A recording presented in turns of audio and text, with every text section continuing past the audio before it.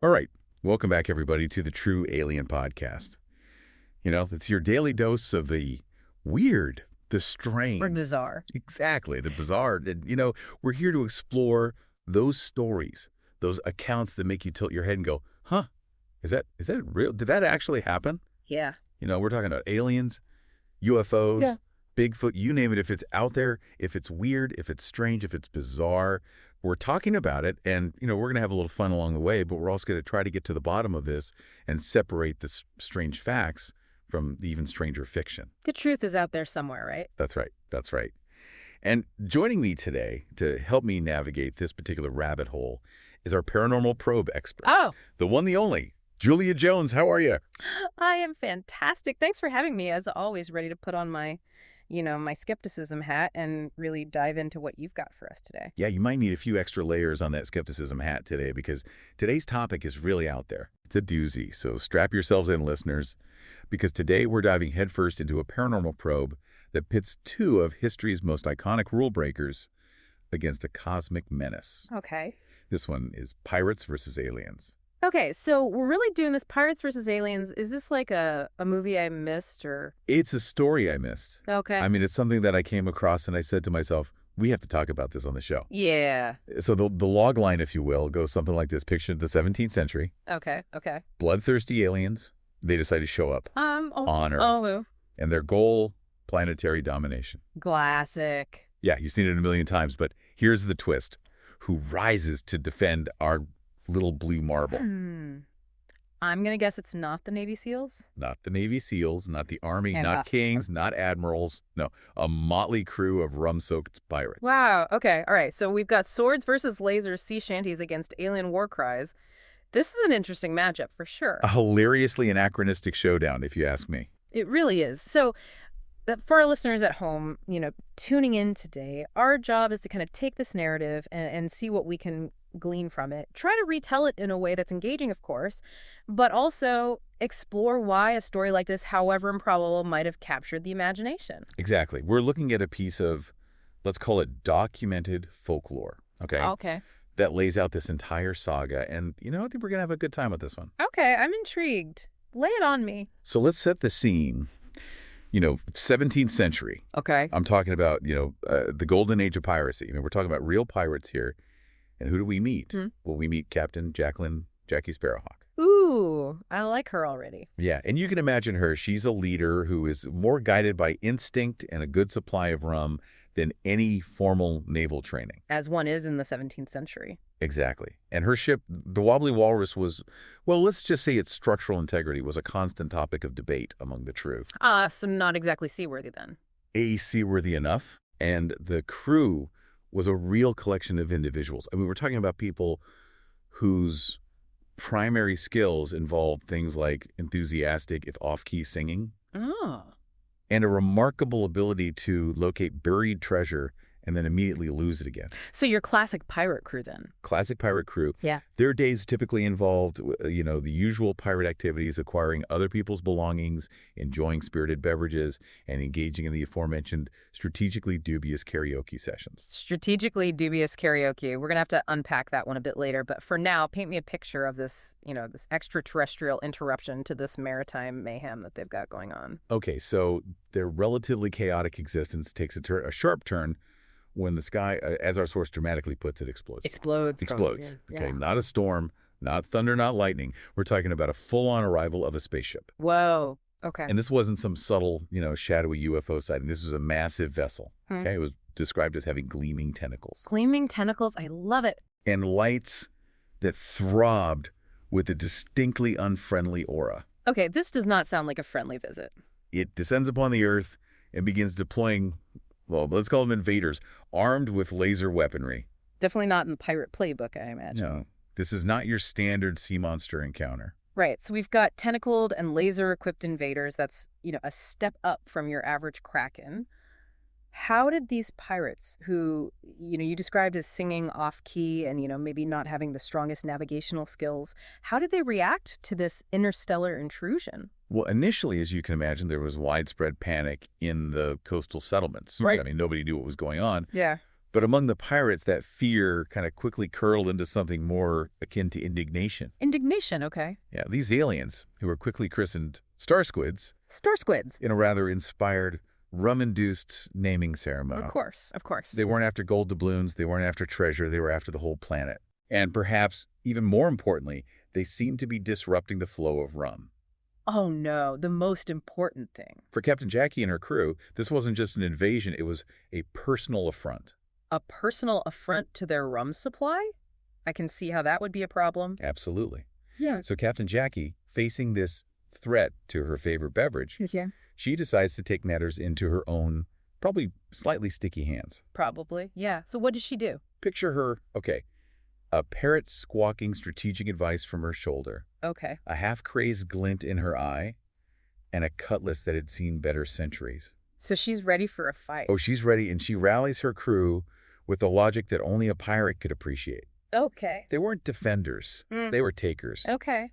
This alien invasion, just another opportunity for a hostile takeover. I mean, that tracks, yeah, it makes sense in a pirate kind of way. Albeit on a slightly grander scale. Slightly. So how did this clash of, 17th century swashbucklers and these laser-toting aliens, how did that actually go down? You'd think it would be a complete mismatch, right? Yeah. I mean, lasers versus essentially pointy sticks and gunpowder. Right, but the first engagement is less of a decisive battle and more of a chaotic brawl that just happened to spill onto an alien landing craft. Okay. Cutlasses, surprisingly, proved quite effective against certain types of alien armor. You never know. Muskets, while not packing a laser-like punch, they created a lot of smoke and noise, which seemed to disorient the invaders. Okay, so a little distraction. A little distraction goes a long way, and Captain Jackie herself discovered that her trusty telescope, when wielded with sufficient force, made for a remarkably effective bludgeoning weapon. I mean, if you've got it, use it right. So you're telling me that a telescope as a club was actually an effective weapon against these technologically advanced aliens? I mean, that's what the stories tell us. I love it. And how did these aliens react to this very, unrefined combat style? I'm picturing a lot of flailing and, drunken pirate shenanigans. They were bewildered, to put it mildly. They probably had protocols for engaging, organized military forces.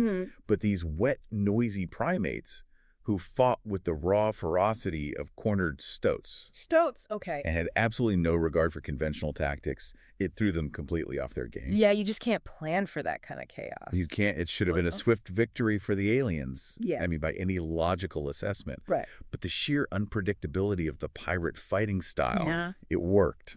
So chaos as a weapon, I think, it makes you think about how, being too rigid can really work against you sometimes when you're faced with an opponent who just doesn't play by the rules. Absolutely. And news of this improbable pirate victory, it spread. And it led to a rather unusual alliance. Oh, an alliance. This should be good. Yeah, so various pirate captains, individuals who are not exactly known for their cooperative spirit or adherence to any code beyond their own self-interest. Yeah, your typical pirate. They realized that a planet overrun by tentacled overlords wouldn't be good for business. Not good for the bottom line. Not good at all. Yeah. So an uneasy alliance is forged. Okay. I have to ask, who are the players in this uneasy alliance? Well, we're introduced to a few standouts. Okay. We've got Baptiste Lessinge. Ooh, fancy. He's a flamboyant Frenchman with a penchant for dramatic swordplay. Of course he is. He reportedly tried to teach the other pirates some actual fencing techniques, but with limited success. I can imagine. And then there was Blackbeard Maguire, whose legendary beard was apparently more intimidating than any alien war mask. I mean, a good beard can be pretty intimidating. Absolutely. And surprisingly, he had a knack for tinkering with captured alien technology. Interesting. He could jury-rig it into these makeshift weapons that were as likely to explode in your face as they were to take out a star squid. Sounds like a risky strategy, but hey, if it works, it works. It was a 50-50 chance, and Captain Jackie, she was kind of in the middle of all this. Yeah, I mean, orchestrating this glorious pandemonium, I would imagine. She thrived in the chaos. She recognized that the traditional powers, the kings, with their elaborate strategies, the admirals with their rigid formations, they were out of their depth. They didn't know what to do. Not a clue, but pirates. Yeah. They were born for the unexpected. Right. For turning disadvantages into, slightly less disadvantageous situations. That's the pirate way. So tell me about these primitive weapons and these pirate tactics. How did they fare against this, far advanced alien technology in the long run. Yeah, I mean, did they just get lucky that first time, or was there something more to it? Initially, yes, the human weaponry was laughably outmatched. Yeah. Okay. But again, the pirates' ingenuity, born of necessity and a healthy disregard for the rules, came into play. Okay. They adapted. How so? Well, we hear tales of boarding axes Yeah. being modified into surprisingly effective anti-gravity disruptors. Okay. And in what might be the most wonderfully absurd detail of this entire account, a star squid force field designed to withstand heavy energy blasts apparently malfunctioned spectacularly. Okay. When bombarded by several hundred, very agitated, Okay. very loud parrots. Wait, so hundreds of squawking parrots brought down their advanced alien technology? Is that what you're telling me? That's what the stories tell us. That's amazing! I never would have thought of that. The source doesn't delve into the specific vulnerabilities of star squid technology to parrot screeches, Yeah. unfortunately. Well, we can only speculate. But the outcome is clear. It worked. So they weaponized parrots. That's incredible. Did they manage to pull off any other, similarly surprising feats? Well, they even managed to capture an alien vessel. Whoa, hold on, really? It reportedly involved weeks of relentless boarding attempts and an epic consumption of rum. Sounds about right for a pirate crew. But eventually a pirate flag, probably slightly stained with grog, was flying above the gleaming hull of an alien warship. Wow, that's quite the prize. And Jackie, in a moment of inspired rebranding, christened it the Wobbly Kraken. The Wobbly Kraken, it's perfect. And I heard she picked up a rather extensive vocabulary of alien expletives, much to the delight of her parrot. That's what stories say. I can only imagine the linguistic chaos aboard that ship. So with a captured alien ship, did the pirates start turning the tide of this intergalactic war? Well, the conflict, according to our source, raged across the globe. Okay. It was a bizarre, messy affair. But the pirates, fueled by rum and a surprising amount of stubbornness, they were holding their own. Good for them. And Jackie, from her makeshift command center on the captured alien ship, she reportedly surveyed the wreckage of a downed star squid mothership. Wow. And let out a hearty, rum-laced laugh. As one does. They had messed with the wrong seafaring scallywags. I love it. So they actually sent these aliens packing. Ultimately, the alien invasion faltered. Okay. And then, to the apparent bewilderment of the star squids, retreated. Baffled, they saw and they were defeated by a bunch of drunken pirates. I love it. Earth battered, but decidedly not conquered. Right. Was safe. You can almost imagine those alien commanders just scratching their heads or tentacles or whatever they have. Yeah. Just wondering where their perfectly planned invasion went wrong. They didn't account for pirate ingenuity. You just can't account for that. So what happened after the victory? I imagine there's a celebration or two. Oh, the celebrations naturally involve even more rum, even worse karaoke, Oh, no. and the grudging admiration of a few bewildered admirals who were probably questioning their entire career choices. Yeah, they probably had to rewrite a few naval manuals after that. So what becomes of Captain Jackie Sparrowhawk, the unlikely savior of the planet? Does she hang up her cutlass, become a respected stateswoman? I'm going to guess no. Not a chance. Okay. She went right back to pirating. Okay. There were still treasures to be plundered, merchant ships to acquire, and the usual pirate business to attend to. The life of a pirate calls? It does. But as the Wobbly Kraken sailed back towards the horizon, there was a new glint in her eye, a hint of a knowing smile. Turns out, saving the world could be a surprisingly profitable side gig. A nice bonus. Now what she needed to do was teach that parrot how to sing an alien sea shanty. Oh, that's amazing. So, Julia, as our paranormal probe expert, what's your take on this historical anomaly? Where do we draw the line between swashbuckling fact and interstellar fiction? Where indeed.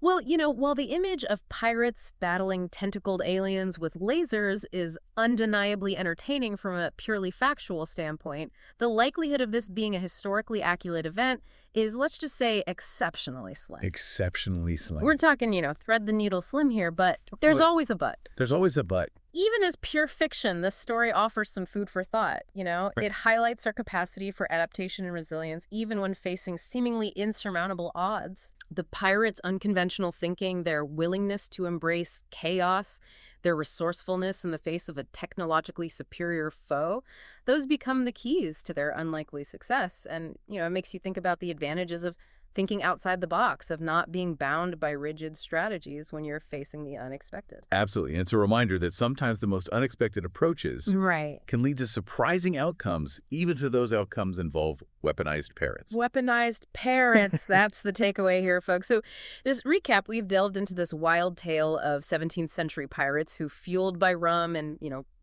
pirate stubbornness, defended Earth from these tentacled, laser-blasting star squids. It's a wild one. We heard about cutlasses versus laser beams, telescopes as clubs, and of course the pivotal role those squawking parrots played in disrupting alien technology. An unlikely alliance formed between Captain Sparrowhawk, the graceful Baptiste Lessinge, and the mechanically inclined Blackbeard Maguire. And they adapted their primitive weapons, turning boarding axes into anti-gravity devices. They even captured a star squid ship, renaming it the Wobbly Kraken, which ultimately led to the retreat of those baffled alien invaders. And in the end, these pirates who were really just trying to make a living through slightly illegal means, they inadvertently saved the world, and Captain Jackie Sparrowhawk returned to her piratical pursuits with a newfound appreciation for planetary defense as a potential side hustle. I love it. A truly memorable account. And on that wonderfully bizarre note, let's leave you, our listener, with a final thought to ponder in the face of seemingly overwhelming challenges.